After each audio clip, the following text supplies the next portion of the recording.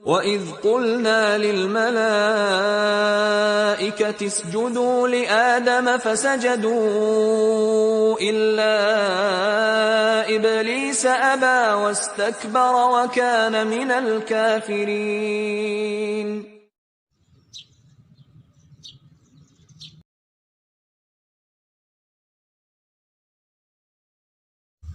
Assalamualaikum warahmatullahi wabarakatuh.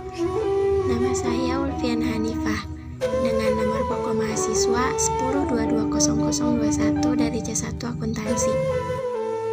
Ma'rifatul insan terdiri dari kata ma'rifat yang berarti mengenal dan insan berarti manusia atau diri sendiri. Jadi dapat diartikan bahwa ma'rifatul insan adalah mengenali diri sendiri.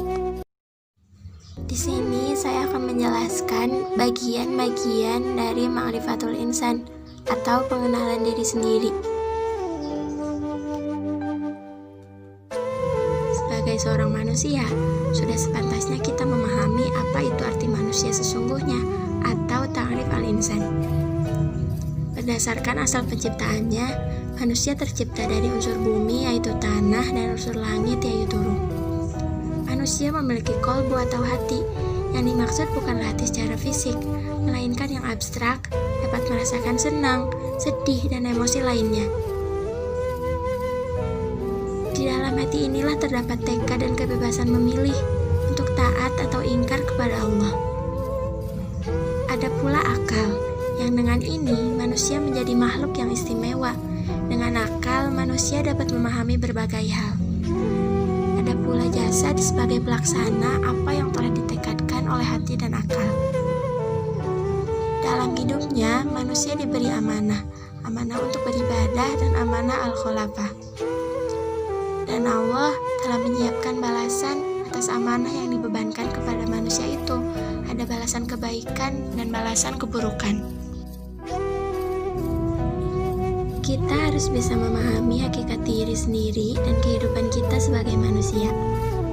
Manusia itu diciptakan oleh al-fitrah, yang berarti diciptakan oleh Allah dalam kecenderungan kepada kebenaran dan patuh kepadanya.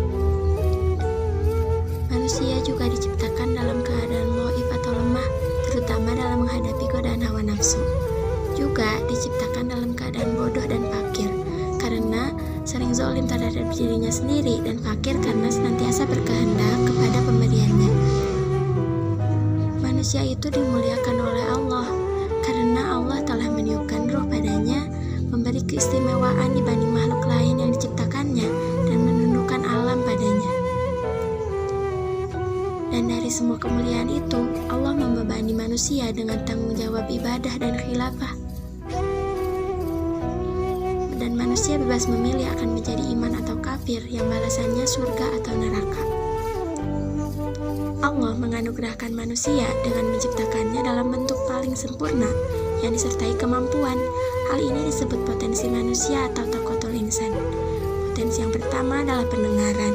Kita dapat mendengarkan ajaran agama Allah yang disampaikan oleh Rasul Allah. Potensi yang kedua adalah penglihatan. Dengan ini kita dapat melihat, memandang, dan memperhatikan kejadian di alam semesta ini. Potensi yang terakhir adalah hati. Hati adalah raja yang mengawal semua kegiatan pada roh, nafsu, dan akal. Semua nikmat yang telah Allah berikan itu harus kita pergunakan untuk beribadah dan patuh kepada Allah. Dalam menjalani tanggung jawabnya, manusia dapat memilih menjadi amanah atau khianat. Jika menjadi amanah, maka kita harus memperhatikan bahwa kita bukan pemilik yang hakiki dan tidak boleh menentang perintah Allah. Jika menjadi khianat, maka Allah akan mengumpamakannya dengan perumpamaan yang hina. Dalam diri manusia itu, terdapat nyawa atau ruh yang menyebabkan adanya kehidupan. Sifat yang mendorong manusia untuk merasakan dan melakukan suatu perbuatan atau nafsul insan. Kemuliaan seorang hamba dapat dilihat dari caranya mengendalikan nafsunya. Dan tingkatan nafsu manusia itu terbagi menjadi 3. Tingkatan yang pertama adalah nafsu mutmainnah atau jiwa yang telah mendapat ketenangan. Jiwa ini akalnya telah mampu mengendalikan syahwatnya dan kecenderungannya berzikir.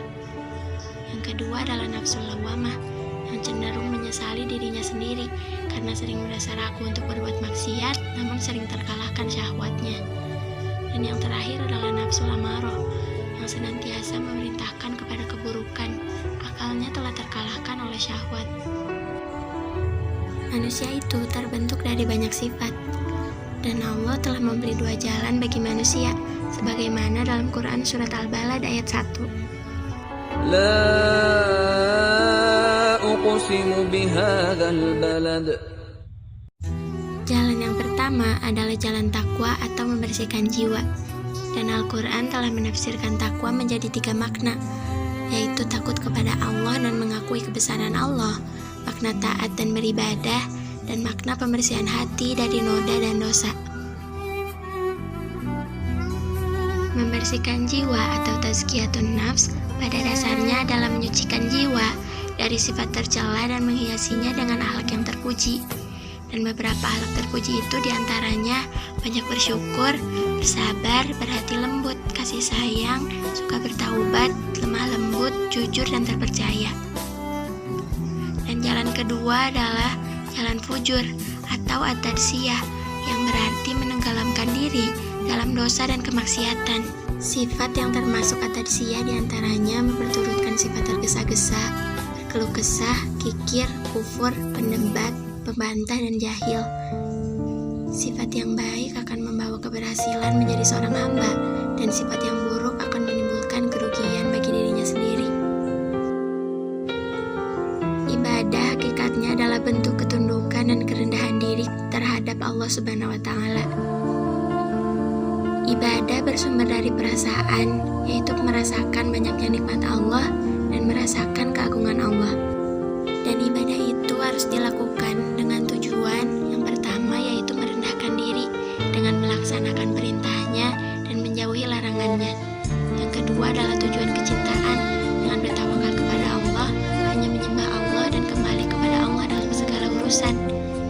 Tujuan yang terakhir yaitu ketundukan, karena Allah menyukai orang yang beriman dan membenci orang yang berkhianat.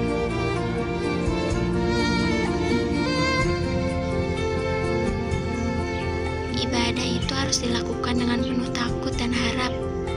Ibadah juga harus dilakukan dengan penuh kerendahan diri dan dengan suara yang lembut. Sekian dari saya. Wassalamualaikum warahmatullahi wabarakatuh.